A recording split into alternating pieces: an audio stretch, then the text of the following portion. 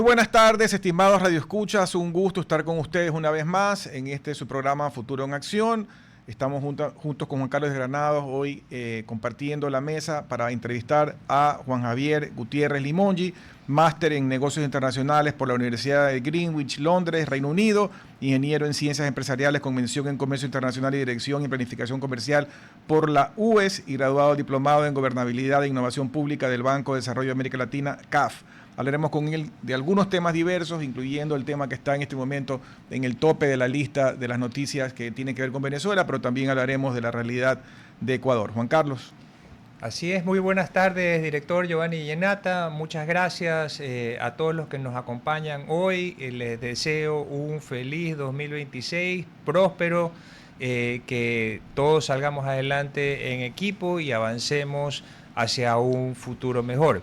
Como decía el director Giovanni Llenata, Juan Javier Gutiérrez nos acompaña y la verdad es que el tema que en este momento quisiera conversar es el de Venezuela. Entonces, allí lo vemos a Nicolás Maduro, dictador de Venezuela, juzgándose en el distrito sur de Nueva York, en Manhattan, con jueces de muchísima experiencia en el tema de narcotráfico, terrorismo, lavado de activos. Y ahí un poco lo que se discute en este momento es si Estados Unidos tiene la jurisdicción. Obviamente lo que alega la defensa de Nicolás Maduro es que no, es decir, fue llevado a Estados Unidos, como vimos todos en los medios de comunicación, y lo que alega la Fiscalía es que esto es un delito ordinario, que el narcotráfico es un delito ordinario y por lo tanto tiene jurisdicción en Estados Unidos y que Nicolás Maduro, y que existen pruebas de que Nicolás Maduro ha ingresado X cantidad de toneladas de droga, de cocaína especialmente, a los Estados Unidos, que ha lavado dinero en los Estados Unidos, y lo cual también le da la jurisdicción, y que además ha cometido actos de terrorismo, que esos son delitos pues internacionales, lo cual también le da la jurisdicción a la Corte del Distrito Sur de Nueva York.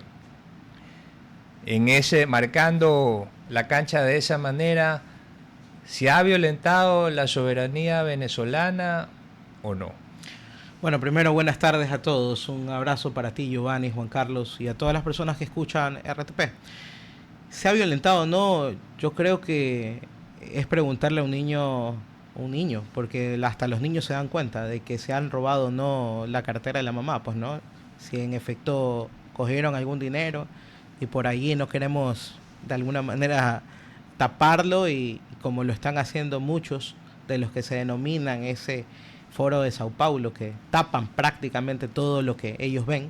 Todos los compadres. Todos las comadres y compadres, pues no, la comparsa completa.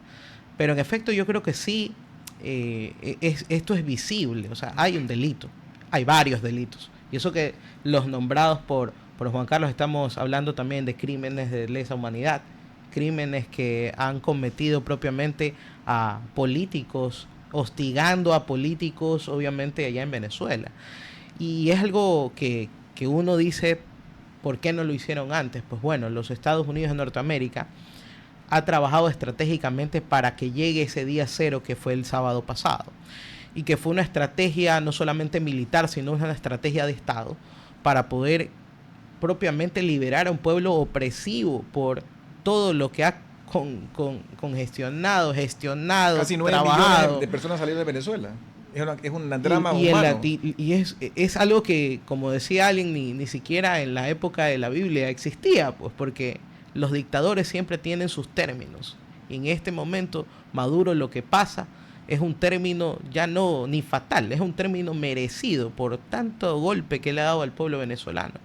Y esto no solamente, ese golpe viene solamente por herencia de él, viene de la herencia de Chávez y la herencia de ese socialismo que ha sido prácticamente un cáncer que de a poco los países de Latinoamérica están tratando de inyectarse y resucitar para que su población, porque ya lo hablaremos un poco también, esta población que lamentablemente está mal educada por esas costumbres del socialismo, como la pobreza, que genera obviamente los subsidios y demás cosas que son dádivas que regala el socialismo, son cosas que de a poco tienen que entrar ese gobierno de transición que esperamos en algún momento pues cambie totalmente esas estructuras chavistas y impacte, genere, trabaje, impulse un nuevo conocimiento hacia las personas, porque hoy en día, más allá del resentimiento social y económico que hay en un país pobre, porque Venezuela, al ser en los años 70 uno de los países más prósperos de América del Sur y te diría del mundo, ha pasado a horas de penumbra, en donde lamentablemente pues hay más pobreza que obviamente el ser jactancioso, obviamente por el petróleo que posee bajo tierra. Entonces, ese cultura enquistada del socialismo, de a poco se tiene que ir obviamente trabajando dentro de las estructuras de la sociedad venezolana. Yo ahí lo que no acabo de entender es el hecho de los pasos. Yo entiendo que no puede, porque mucha gente reclama el hecho de que pues no le han parado bola, por decir así, al presidente electo González Urrutia y a María Corina Machado, que es la heroína, verdadera heroína y además Premio Nobel de la Paz. Pero yo entiendo la parte práctica de que coger un avión y meterlo en Venezuela ahorita, en el entorno donde todo sigue estando controlado por el chavismo, madurismo, no es una cosa muy, muy factible. Pero ahí es donde viene mi duda sobre los siguientes pasos, de cómo llegar del hoy a la realidad esperada, que sería ya una transición democrática, ordenada, una Venezuela que vuelva a la democracia, que vuelva al respeto de la seguridad jurídica, del debido proceso, etcétera.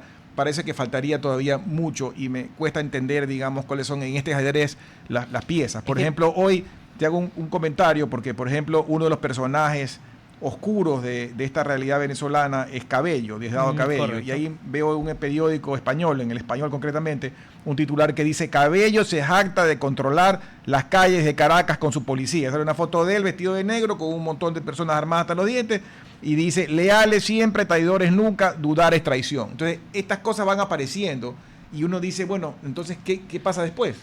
Y eso es un poco el desarme que se tiene que armar de a poco. Claro, los que defendemos la libertad, que los incluye ustedes, entendemos también que lamentablemente al ser un proceso no podemos ir de fondo. Tal vez los cambios estructurales que necesita Venezuela son de fondo, porque la forma también de alguna manera no está ayudando a poder hacer próspero y libre a una nación que ha estado pues secuestrada prácticamente por un solo partido político desde hace muchos años.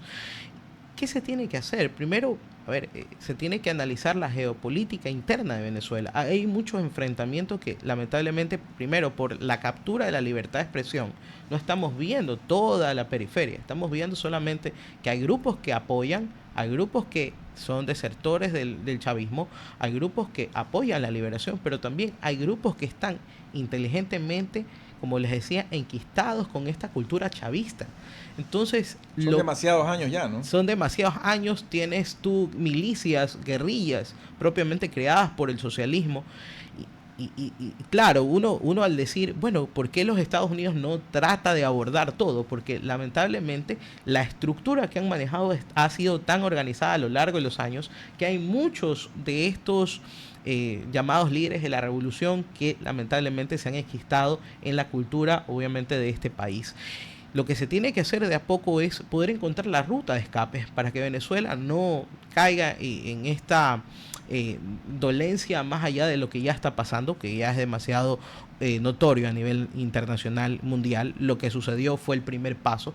Se necesita obviamente que esa apertura, porque claro, no vas a confiar en Delcy Rodríguez, no vas a confiar en Diosdado Cabello. Tienes que de alguna manera tratar de que existan ese empoderamiento de los otros líderes, como María Corina, como el señor Edmundo González, que tienen que tratar de impulsar también que su liderazgo sea escuchado dentro, solamente en Caracas, en Maracaibo, en todas las partes de Venezuela.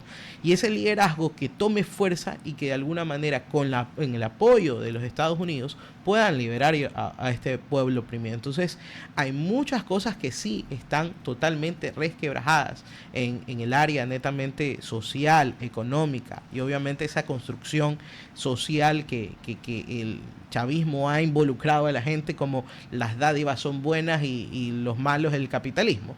Y eso, de alguna manera, moldeando a tu población, vas a lograr de a poco salir de eso. Más allá de las salidas políticas que existan, siempre uno tiene que preocuparse por la gente, porque la gente dice, quiero regresar a mi pueblo. Sí, pero no hay las condiciones ahora para poder regresar. Entonces, este proceso que va a durar meses, no le digo a la gente va a durar años, yo espero que dure meses, va a costar, pero de alguna manera la resiliencia del pueblo venezolano para poder salir adelante y para poder llevar ese mejor porvenir a sus familias que están en Chile, en Ecuador, en Colombia, en todas partes de Latinoamérica, sea para que ellos puedan retornar y sean una nación próspera. Claro, alguien le ponía como ejemplo lo que había ocurrido en Ecuador, es decir, todavía hay personas en los mandos medios de todos los estamentos del Estado que pertenecen a la Revolución Ciudadana. ¿Y hace cuánto tiempo pues se fue el expresidente Rafael Correa? Y que en muchos casos, no voy a decir en la totalidad, pero que en muchísimos casos están ahí para bloquear la gestión de quien quiere cambiar las cosas. Y esa estructura en Venezuela es algo similar, pero tal vez mucho más poderosa, así es que poner a alguien que gestione con gobernanza es casi imposible en estos momentos, así que tiene que seguramente haber una transición para lograr un régimen democrático. Ahora, dicho esto, se ha pateado el tablero geopolítico mundial. Exacto. Total. Entonces, porque hay personas que dicen, no, es que se ha vulnerado el derecho internacional. Bueno, es que no se ha vulnerado. Bueno, y el dictador que vulneraba los derechos humanos de las personas en Venezuela. Por tortura. Es decir, cómo el derecho internacional puede sancionar ese tipo de actitudes hacia los seres humanos que fueron vulnerados. Pero además te hago una interrupción ahí, porque hay 30 países o más del mundo que no lo reconocían ya como presidente legítimo a Maduro, correcto, sino a Edmundo González Urrutia. Entonces, ahí hay la discusión si realmente él era o no era el presidente de Venezuela, aceptado por la comunidad internacional. Entonces, también hay ese debate, ¿no? Existe ese debate, entonces hay muchos debates y además pareciera ser que atrás también estaba China y Rusia. Se habla mucho del petróleo, que Venezuela tiene las mayores reservas del mundo aquí cerquita, lo cual es positivo también para la región. No te tienes que ir tan lejos.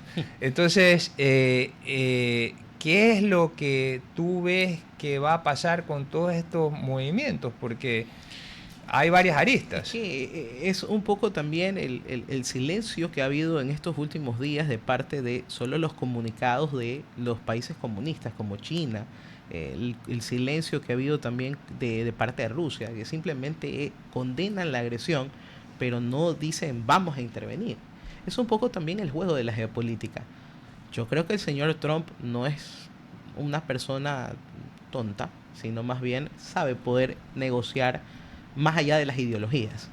Creo que en este momento esa es la parte. Creo que tiene que ir más allá de las ideologías, porque más allá del capitalismo o el comunismo, se tiene que pensar en la gente libre de Venezuela, cómo se libera ese pueblo. Y claro, ahí juega un papel importantísimo el tema del commodity, del petróleo, pues, ¿no? Cómo el commodity puede mover hasta inclusive los precios internacionales, hacer alza, o puede existir de alguna manera una competencia con los países árabes, y eso te da un indicio de decir, ok, voy a manejar este mercado, y de alguna manera, si este mercado es importante y si le quitamos poder al que estaba arriba y le damos y designamos, yo tengo el poder de ese commodity. Y creo que para allá va, ¿no? De cómo se mueven las frutas por el commodity. Más allá pero te hago una pregunta, una interrupción, porque En el discurso inicial del presidente Trump, que fue a las 11:00 de la mañana del día posterior a la extracción, en su discurso hubo muchas cosas buenas, pero un tema puntual que yo creo que cayó mal aún a las personas que aplauden la gestión que él hizo y la firmeza con la que actuó, es el hecho de que puso mucho énfasis en lo que tú mencionas, Exacto. en el petróleo, en que entonces yo voy a recuperar el petróleo, voy a manejar el petróleo, voy a manejar Venezuela, y poco énfasis en lo que también tú has dicho de liberar a Venezuela, liberar a la gente, regresar, a pesar de que sí dijo a favor, digamos, del beneficio o del progreso del pueblo venezolano, pero como que habló 8 veces de esto y tal vez 2 veces de lo de acá. Entonces sí cayó un poco mal, al margen del tema de María Corina, que yo creo que también ahí hay un tema, como tú dices, estratégico en el discurso, que no lo acabo de entender, pero esa parte, en algunos analistas, algunos editoriales, algunos comentaristas sí lo vieron como un poco exagerado de ese lado, ¿no? Bueno, también el perfil de Donald Trump es un empresario, entonces su foco va a ser obviamente en la productividad de los Estados Unidos. Y de alguna manera, ese foco un poco más humanitario va de a poco, pues, también moviéndolo, pero su perspectiva y su enfoque obviamente es en la productividad no solamente del mercado estadounidense, sino el global.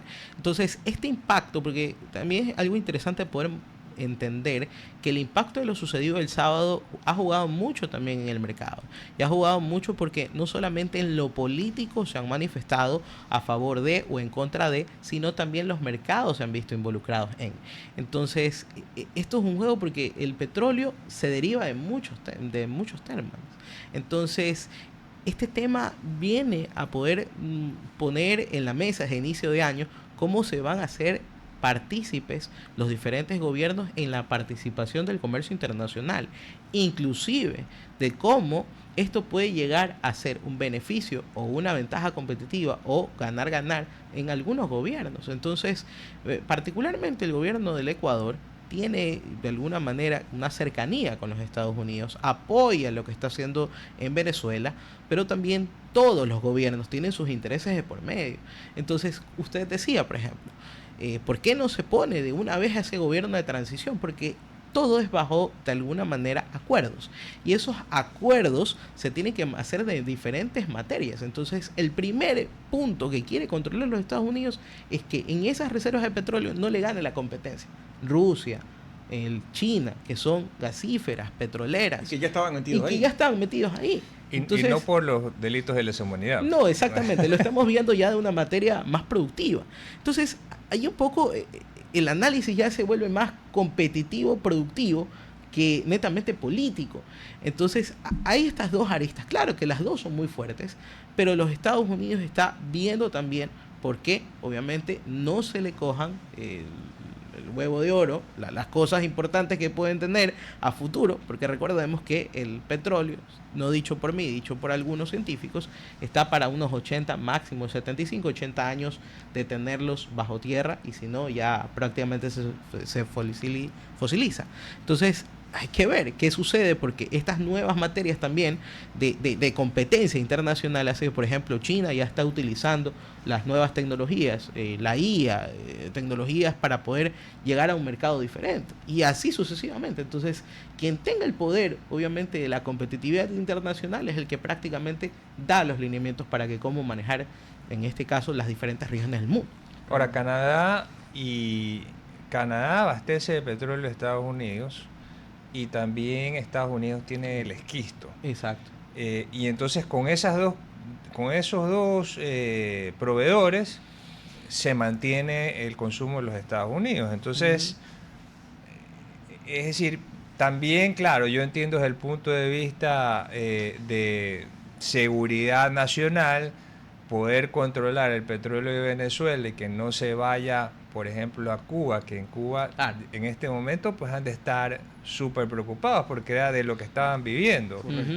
Entonces, ese régimen, ¿cómo va a aguantar? Por eso, al final, no es solamente es una cadena, un tema económico. Claro, exactamente. Claro, es económico y político, pero lo que dice Juan Carlos, y añado a la pregunta, el hecho de que hay dinero que ha quedado evidenciado en algunos análisis y demás, que salía del bolsillo de los venezolanos vía petróleo o vía entregas de dinero a grupos políticos, sobre todo pues de la Revolución Ciudadana, del socialismo del siglo XXI a nivel regional, que hoy en día estaría en teoría por cortarse. Ya el petróleo que llega a Cuba lo están, digamos, deteniendo los barcos que van para allá. Entonces, ese mapa que ustedes mencionaban, geopolítico, se va afectando, y hay muchos muy preocupados porque los beneficios que recibían de bolsillo ajeno del pueblo venezolano seguramente a corto tiempo va a desaparecer. Y te diría algo más, Giovanni, que me parece interesante tocarlo también: el financiamiento de grupos paramilitares.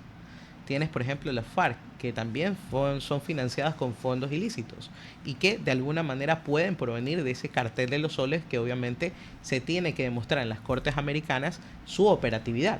Entonces, aquí hay una cadena interesante, porque no solamente es que el petróleo financia a estos grupos irregulares mal llamados socialistas, porque hay socialistas que de alguna manera chupan del pueblo, y hay socialistas que son de libros, que obviamente puedes tú debatir con ellos. Pero estos socialistas que son de alguna manera y que han permitido que Latinoamérica sea inyectada por obviamente estos grupos de poder y han financiado ciertos temas, va a ser cortada y eliminada obviamente su financiamiento. Y allí vamos a ver, porque de eso viven ellos, de las estructuras, de la dádiva, del centavito, del dolarito, del peso, y ver cómo, por ejemplo, estructuras organizadas como aquí la Revolución Ciudadana o el peronismo en Argentina, puedan ellos subsistir dependiendo obviamente de cuánto dinero hay, porque yo creo que si se les quita el ingreso de lo que financia obviamente estos grupos irregulares, puede ser que de allí ya no tengan un aparataje tan grande como lo estábamos viendo en las últimas elecciones con respecto a estos grupos que gastan millones de dólares en pauta, que gastan millones de dólares en publicidad, o que gastan millones de dólares también en las dádivas que le dan a los ciudadanos. Y eso es muy interesante, porque de alguna manera cambiaría también la forma de hacer política en los países latinoamericanos, porque como el ciudadano está tan acostumbrado a recibir, también debería el ciudadano entender qué es lo malo de escoger a ese tipo de grupos. Entonces ahí logras un poco más de conciencia, porque como ya no hay el dinero, ya no hay el circulante, ellos se van a ver obligados a ver qué se les ofrece, porque ya para plata ya no va a haber. Y eso es un poco lo que nos hace aterrizar nuevamente en el Ecuador, porque si se acaba este refugio seguro para todos estos políticos, narcotraficantes, lavadores de dinero, terroristas, traficantes de armas, delincuentes de lesa humanidad, es decir, a algún lado se van a tener que ir. ¿Qué está pasando con aquellas personas que huyeron de la justicia ecuatoriana y se refugiaron en Venezuela?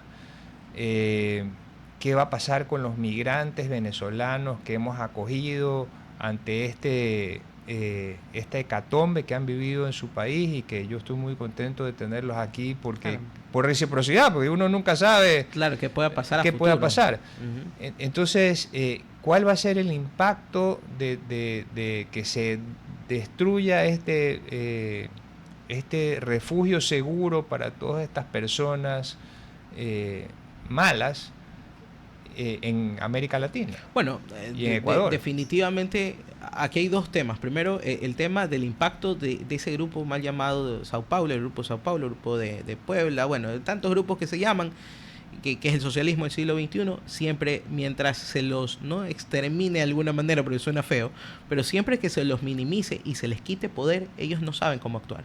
Porque recuerden que el socialismo del siglo XXI es simplemente un grupo de personas que tanto daño le han hecho a América Latina, pero también es un grupo intelectualoide que ha pensado que el socialismo es una solución para las salidas democráticas de los países.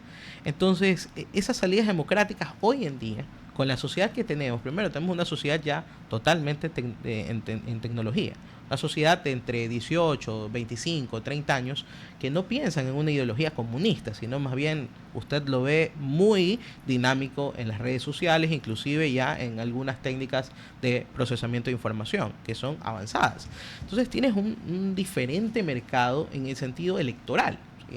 Si se le quita poder a ellos, ya no van a tener esas escuelas que de alguna manera han impulsado a poder chupar el conocimiento de la gente, y tener esa técnica de decir, aquí va el hijo de tal, que es el dueño de la revolución. O sea, ya se acaba un poco esa pragmasis de llegar hacia esa parte, y de alguna manera pues podríamos recuperar esa parte de la sociedad que se ha perdido, inculcando, y eso también ya depende de cada estado, de recuperar obviamente los valores cívicos, los valores democráticos, y inyectar un poco más de conocimiento en qué ha sido lo bueno, lo malo y lo feo de vivir como se vivió en el socialismo del siglo XXI. Ahora, regresando a Venezuela y a sus compatriotas, Venezuela aquí tiene que, dependiendo mucho de la estructura que se vaya a armar en esta transición, debería existir también, valga la redundancia, una transición en los países que acogen la gran mayoría o el volumen gran mayoritario de los venezolanos, como Ecuador, Perú, Chile.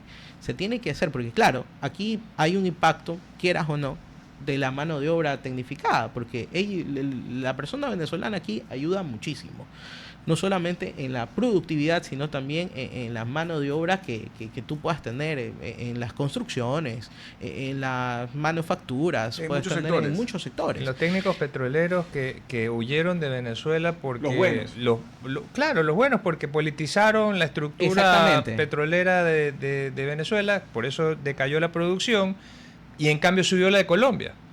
Fueron a Colombia y otros países. Ahí vas un poco también a ver cómo se van equiparando las fuerzas, y eso también va a incidir, y eso tiene que ser una técnica, mejor dicho, una ley que se tiene que promover dentro del gobierno, de poder fortalecer nuestras manos de obra tecnificadas. Aquí, y entendemos nosotros que en la apertura de mercados vienen también con la apertura de conocimiento, y esa apertura de conocimiento tiene que ser mucho más expansiva, no solamente en las técnicas como las universidades, los foros y demás cuestiones académicas que se tengan que impulsar, sino también en que la mano de obra ecuatoriana sea una mano de obra ya pues de otro nivel. Nivel. Está demostrado con muchísima historia de que los países que deciden enquistarse, cerrarse, no progresan. Los países que deciden abrirse y competir y traer tecnología son los que han progresado. Y eso es un poco lo que tenemos que de alguna manera hacer.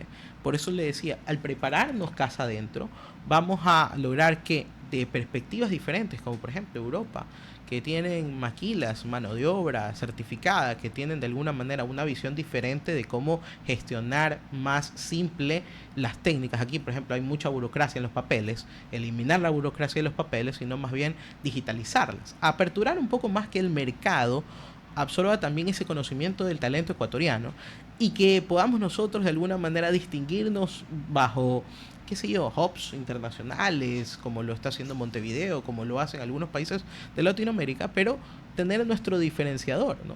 Que ese sentir que el ecuatoriano es pujante, que el ecuatoriano trabaja mucho y sabe mucho de la técnica, pueda ser impulsado inclusive para que sea ejemplo alrededor del mundo. Entonces, eso un poco yo es lo que quiero llamar a la reflexión de que hace falta para que no solamente sea esto como un beneficio a largo plazo, sino también que empecemos a ver... Bueno, vamos a irnos un corte y regresemos para hablar también del tema Ecuador. Claro, excelente. RTP 965, a la conquista del mundo digital. Presenta sus nuevas instalaciones y tecnología de vanguardia. Renovamos nuestro compromiso de seguir brindando contenido útil y de la más alta calidad. Programas de opinión con referentes de la comunicación. Noticias para contar todo lo que está pasando en todo momento. Una variedad de segmentos con lo que necesitas saber. Y asociaciones internacionales estratégicas. Todo para mantener a nuestra audiencia y seguidores siempre bien informados. Siempre en RTP. Buena compañía. Gracias por regresar con nosotros a su programa Futuro en Acción. Para las personas que recién se enganchan, estamos conversando con Juan Javier Gutiérrez Limongi sobre su visión de lo que pasa en la región. Especialmente hemos hablado sobre la realidad de Venezuela, pero quisiera, como te decía durante el corte, Juan Javier, hablar ya de la realidad del Ecuador. Estamos en los primeros días del año, ya nos dimos el abrazo de fin de año, los abrazos de navideños, y ahora sí hay que enfrentar otra vez el trabajo cotidiano. Los chicos regresaron al colegio y la vida sigue su curso. Y lo cierto es que se ven cosas positivas en la economía, el riesgo país bajado, las señales de este último feriado largo son de una economía calentada porque se han desbordado las playas, los hoteles, hay buenos síntomas, pero no hay que confundirse porque los buenos síntomas pueden ser temas puntuales o pueden ser temas coyunturales o de largo plazo. Pero yo creo que en el medio y largo plazo hay todavía una larga lista de cosas que corregir en la economía ecuatoriana y en general en los temas sociales ecuatorianos. Y ahí te hago varias preguntas, porque las reformas de fondo, o sea, lo que yo aspiraría como ecuatoriano y sobre todo como defensor, como tú mencionabas, de la libertad política, la libertad económica, etcétera, es de tener un Ecuador más abierto. Es correcto. Si bien en lo comercial sí se han ido firmando de a poco, tardíamente, pero hemos firmado el acuerdo con Europa y otros acuerdos subsiguientes que han dado más apertura al Ecuador, estamos todavía verdes con respecto a otros países de la región, ni hablar de la atracción de inversiones, estamos atrás en la cola. Y como tú mencionabas antes del corte, también me gustaría ver un país menos burocrático, más abierto a la intervención legal del sector privado en muchos sectores de la economía donde el Ecuador ha dicho o no, o dice que sí, pero con mucha distancia, con mucha complicación. Eso me gustaría verlo en este año y ojalá que el presidente, que además yo doy un gran voto de aplauso porque hasta ahora su principal legado ha sido el desmantelamiento del subsidio del diésel, que no lo pudieron hacer sus antecesores. Yo creo que eso hasta ahora ha sido el estandarte, digamos, de un logro, y que además todos estos detractores dijeron que venía un caos, que venía inflación, y no hemos tenido nada. Bueno, en este caso, el gobierno lo que tiene que un poco aterrizar las ideas y las propuestas están en la mesa. Es un poco ver hacia dónde se empieza. En materia económica, bien lo has dicho, Giovanni, nosotros ya hemos venido de un feriado donde tú has visto un movimiento muy interesante en el tema, pues, de tu circulante. Has visto que la gente de alguna manera ha tenido la posibilidad de poder gastar su dinero y inclusive se ha visto pues bastante afluencia en las playas ecuatorianas. Eso es claro, es un buen síntoma, pero parcial, pues, ¿no? Definitivamente las reformas que tiene que hacer una Asamblea Nacional, que no tiene que operar como está operando en este momento, a que los juicios políticos de tal, a que el escándalo de tal, a que tenemos que convocar a tal persona, sino más bien realmente velar por los intereses de los ciudadanos, ¿no? Más allá del tema económico, también va de la mano con la seguridad. Somos el país, acorde a los últimos índices, el sexto país más violento, no solamente del mundo, de Latinoamérica.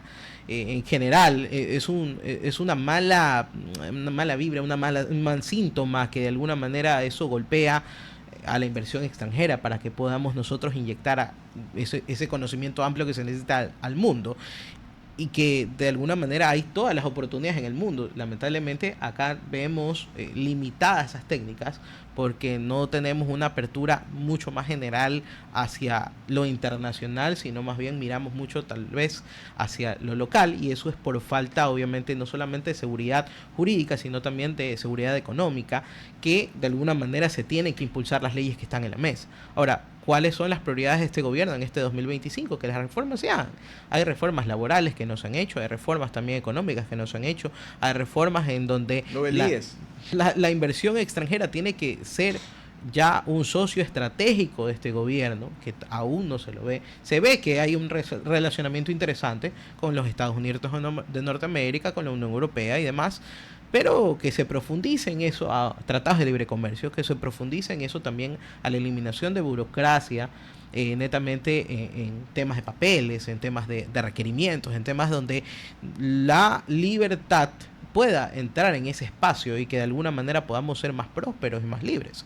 Y eso da pie también a que pues las demás cosas se vayan organizando. Ahora, como bien lo hablamos en el bloque anterior, ese es un problema que a poco tiene que ir también trabajándose en la sociedad, porque recordemos que la sociedad ecuatoriana viene de golpes de corrupción, viene de golpes también de negociados debajo de la mesa, y que de alguna manera tenemos que poner la casa en orden para poder enderezar el rumbo del país, y que ese enfoque vaya dictaminado a la productividad, a la mano de obra, a la tecnificación, a la tecnología avanzada, y así poder traer esos capitales de vuelta al país. Que me parece súper importante lo que dice Juan Javier Gutiérrez en relación a este tema, junto con lo que menciona Giovanni, porque todo esto es seguridad jurídica. Correcto. Que es lo que necesitamos para desarrollar, para crecer como país. Es decir, no es quitarle al otro la torta que tiene, sino hacer una torta más grande y crecer como país. Pero podemos empezar por cosas más pequeñas, es decir, ya tenemos lo macro, algunos acuerdos comerciales, algunos TLCs, nos hemos adherido al bloque de la Unión Europea, pero siento, y hay algunas empresas de tecnología que me han comentado esto, que el Estado, los poderes del Estado son renuentes a la tecnología, porque la tecnología te da trazabilidad. Entonces no eso les conviene. Claro, no les conviene. Pero les gusta la tecnología para clavar fotomultas, por ejemplo. Para eso sí les gusta. Para ese tipo de cosas les gusta. Entonces es la ciudadanía la que se tiene que pronunciar, como se hizo en el caso de los radares, que habían estas fotomultas, y entonces ese juego ha ido disminuyendo. Pero ahora nos tenemos que pronunciar, porque hemos aprendido de lo que ha ocurrido en Venezuela, hay que aprender de la historia. Y decir, mira, yo sugiero que haya más tecnología en los poderes del Estado para tener rendición de cuentas, para poder tener trazabilidad de las cosas y sobre todo para que haya más institucionalidad, porque cuando entran estos revolucionarios, usualmente lo que quieren romper y lo que se han dedicado por décadas en Ecuador es a terminar con la institucionalidad, cosa que no haya nadie que les pueda decir nada. Exacto. Y eso es importante destacarlo, Juan Carlos, porque hablas también de una herramienta digital que tenga el ciudadano para poder fiscalizarlos. Recordemos que hay muchos funcionarios de carrera en los diferentes ministerios que siguen estando bajo un color de bandera política. Y el ciudadano lo que quiere es que los servicios sean sin bandera política, pues no, para poder producir más, para poder tener mayor oportunidades de trabajo y no vivir de alguna manera un desempleo alto, no vivir falta de oportunidades en diferentes temas, sino más bien que esas oportunidades lleguen a quienes más lo necesitan. Entonces allí va ese cambio que de alguna manera podemos, si es que se organiza una sociedad civil, se organiza los conglomerados sociales, se organizan, por ejemplo, las universidades, los institutos técnicos y se hacen mesas de trabajo, se puede esto ya promover. Yo te hago una, ya que menciona Juan Carlos la tecnología, hablemos de la gran tragedia nacional que tiene que ver con el tema de la salud y hablemos concretamente de las medicinas. Alguien no quiere que haya una transformación tecnológica alrededor de ese tema. Yo trabajé una época de mi vida, años atrás, en una multinacional grande en tema compras. Y la tecnología que yo manejaba en esa época seguramente hoy en día ha mejorado 100% o 200%. Hoy en día ya tienes inteligencia artificial, ni hablar de sistemas que manejan inventarios, todo lo que tú quieras. Y sin embargo el Estado ecuatoriano resulta que para comprar medicinas ¿por qué se acaba comprando a compañías de papel desconocidas que tienen una oficina en un garaje cuando hay aquí proveedores de clase mundial, de multinacionales, laboratorios locales de buena calidad, etcétera, y acaban comprando a 3, 4, 5 galarifos que se han adueñado del sistema público de compras de medicinas? Explícame cómo la tecnología no nos sirve para eso. Porque lamentablemente estamos gobernados por la dedocracia, Giovanni. La dedocracia es el pana de turno que tiene favores en los hospitales públicos y que de alguna manera ese dedo que dicen, bacán, me vas a ofrecer tanto. Ese es el problema, que aquí vivimos y ahí no quieres tecnología, ahí no quieres, como dice Juan Carlos, la tecnología porque dejan huellas. Fiscalizan y dejan huellas. Pero lamentablemente estamos a merced que la corrupción campee en los hospitales públicos, porque allí viene la génesis de la corrupción. Pues, el poder tener un mejor portal de compras públicas en donde exista en tiempo real, digamos, un momento donde puedas tú grabar prácticamente toda la negociación y sea también un oferente real, no un oferente pues que está tras bambalinas ofreciéndote tanto cuando ya sabes que te vas a comprar al tanto. Entonces, esas cosas hay que transparentarlas. Lamentablemente, ahí todavía no ha tocado nadie esa llaga en la herida que tenemos como ecuatorianos. Nadie ha tocado tampoco la fiscalización a los diferentes grupos de poder que ahora están saliendo ya por este tema que ha pasado en Venezuela.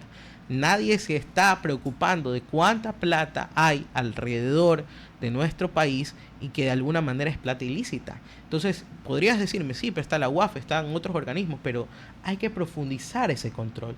No tanto de recaudar, por ejemplo, impuestos como loco, porque eso tampoco es una solución, sino más bien, de alguna manera, empezar a entender dónde se mueven las estructuras narcocriminales, de dónde sale ese dinero mal habido, y allí controlar, tener también que la Policía Nacional, los militares, la inteligencia, puedan entender de dónde llega ese financiamiento y captar ese financiamiento para el bien de los ecuatorianos. Yo ahí tengo, y le hago también la pregunta a Juan Carlos, que es abogado. Yo tengo un desconocimiento, digamos, de la profundidad del rol de la UAFE, pero de lo que yo veo como usuario, veo que la UAFE se le carga en el sentido de tener que hacer formularios y demás a la gente común, hasta por valores, digamos, irrisorios, pero en cambio, por el otro lado, se van fortunas en muchas cosas y parecería que la UAFE no reacciona.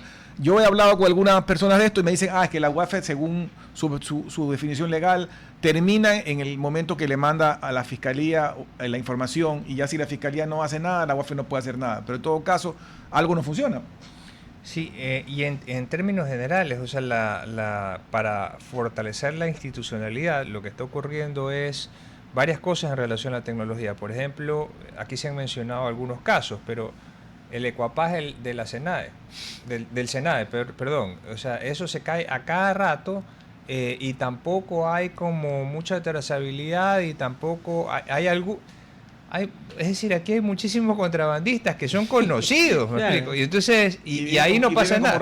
Y después el SRI tampoco les hace nada. Y después, si los que venden carros me dicen, no sabes la cantidad de papeles que yo lleno para el lavado de activos y para la UAFE. Y los constructores serios también te dicen lo mismo. Y los constructores serios también te dicen lo mismo. Y sin embargo, tú ves en las noticias que en una urbanización de súper alto nivel económico en San Borondón vivía un narcotraficante. Y ahí la UAFE no se da cuenta ni de los carros. Y carros de lujo y todo.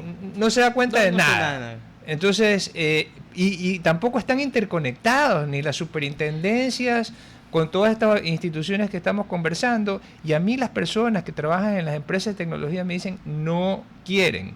Y estas soluciones no son caras, son económicas, ya están probadas, no en lugares lejanos, están probadas en Perú, están probadas en Colombia. Entonces, pero aquí no hay eso ahí. Y es un poco también el problema de la voluntad política al poder resolver los problemas ciudadanos. Pero nosotros como ciudadanos también queremos que haya tecnología, además de evitar la corrupción y que nos cobren más impuestos, porque por ahí se va mucha plata de nosotros, de los impuestos, es para que sea más fácil también cumplir con las obligaciones del Estado, entonces, con el Estado. Claro. Entonces, resulta que hay que ir a la institución, es decir, cuando todo lo demás en el siglo XXI se puede hacer hasta con inteligencia artificial y sentado en un lugar en el mundo, cualquiera que te sea, aquí no, aquí resulta que hay que ir y entonces es como siglo XVIII y el funcionario lo ve mal. Las aerolíneas locales están felices porque los aviones de Guayaquil, Quito están plagados de gente que tiene que ir a cumplir con trámites que tú mencionas, pero realmente en el mundo actual no debería, el 80% de eso debería hacerse como tú dices en línea. Pero es que no hay ahí añadir también la falta de competencias. Por ejemplo, en el tema de las aerolíneas, que solo hayan 2 aerolíneas, máximo 3, no masifica la competencia y obviamente los precios se disparan. Entonces ahí tienes un poco también el tema, por ejemplo, en Europa tienes millones de aerolíneas y te ofrecen todo a bajo costo. Esa competitividad mueve mercados y de alguna manera, como no hay voluntad política, aquí no les interesa el bienestar. Es que hacen difícil la entrada de más competidores. A eso voy. Además, ese es el problema. Claro. Y el problema hace que el productor o quien quiere invertir en el Ecuador tenga los brazos atados. Porque como volvemos al punto inicial, no hay seguridad jurídica, la economía aquí lamentablemente puede ser que esté bien en un rato, pero al otro momento nos decepciona. Entonces ahí va la catarsis que tiene obviamente el pequeño, el grande, el mediano productor en este país. Nos quedan 4 minutos y tratando de poner una nota positiva. Yo creo que arrancamos el año con una cierta sensación de que hay cosas buenas, hay un feriado exitoso, pero como te decía, hay una serie de reformas que no están pendientes por este gobierno, vienen pendientes de hace mucho tiempo, de décadas atrás.